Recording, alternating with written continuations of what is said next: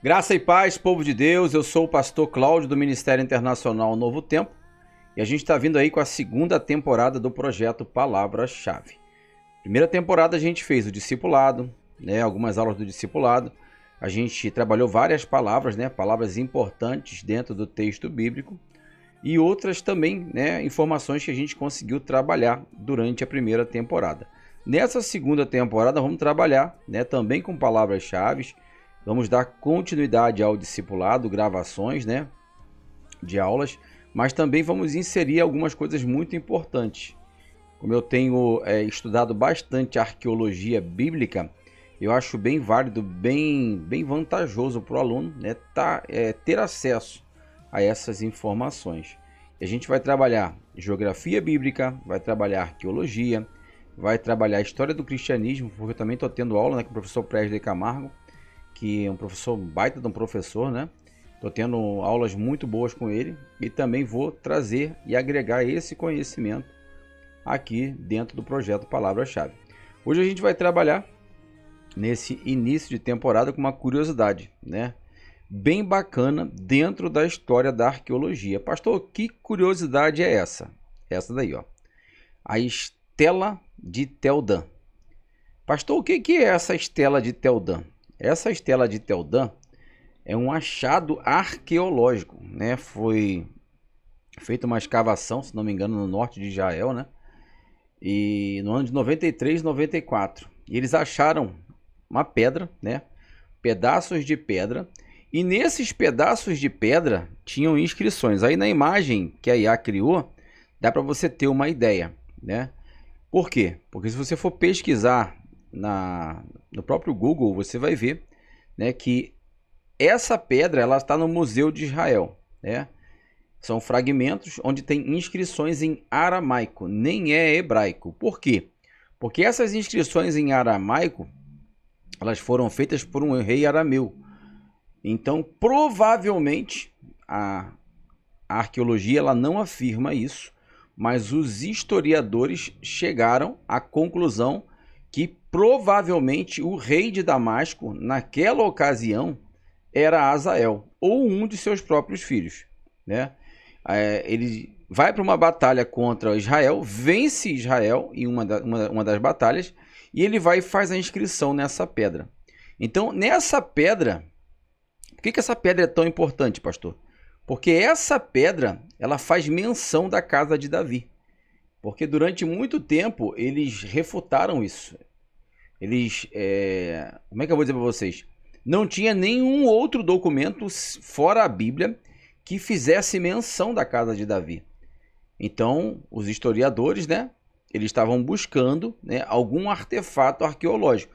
E eles acharam nessa pedra, e assim, foi um achado mesmo, um achado arqueológico e mudou muita coisa dentro da arqueologia. Por quê? Porque o ponto central da inscrição é a menção à casa de Davi. Essa expressão confirma pela primeira vez fora da Bíblia a existência da dinastia da casa de Davi. A maioria dos estudiosos entende que se trata de uma referência direta ao rei Davi e seus descendentes, corroborando os relatos bíblicos de 2 Reis. A Estela de Tel Dan ela mostra como os reinos vizinhos reconheciam Israel e Judá como entidades políticas e dinásticas. A Estela de Tel Dan é considerada um marco na arqueologia bíblica. Ela conecta texto bíblico e evidência material, reforçando a historicidade da monarquia israelita. Hoje está exposta no Museu de Israel, em Jerusalém, como testemunho da fé e da história. Esse texto, ele está todo ele na Wikipedia, Eu peguei aqui trechos do texto que eu acabei de ler. E é muito importante a gente, além de estudar a Bíblia, também estudar a arqueologia, também estudar a geografia. Por que, pastor? É importante estudar tanto a arqueologia quanto a geografia bíblica. Por quê? Porque quando eu leio um texto, eu preciso me situar no tempo e no espaço em que aquele escritor ele está escrevendo o texto e a quem ele se refere, em que situação aquele povo se encontra. Então, quando a gente consegue aproximar, porque a gente não consegue chegar lá, mas o quanto mais perto nós conseguimos aproximar, melhor será a explanação bíblica que vamos fazer. Por quê, pastor? Porque biblicamente eu não tenho o direito de achar. Você não tem o direito de achar. A Bíblia não nos dá margem para achar. Então, a gente tem que ler e entender o que o autor de fato quis dizer e levar essa mensagem como ele queria que ela fosse entregue. Então, esse é o papel daquele que faz uma exposição do texto bíblico. Estudar tanto o texto nos seus originais hebraico, grego e alguma coisa de aramaico, mas isso aí nós não vamos ter conhecimento. Já vieram homens e mulheres antes de nós e facilitaram a nossa vida.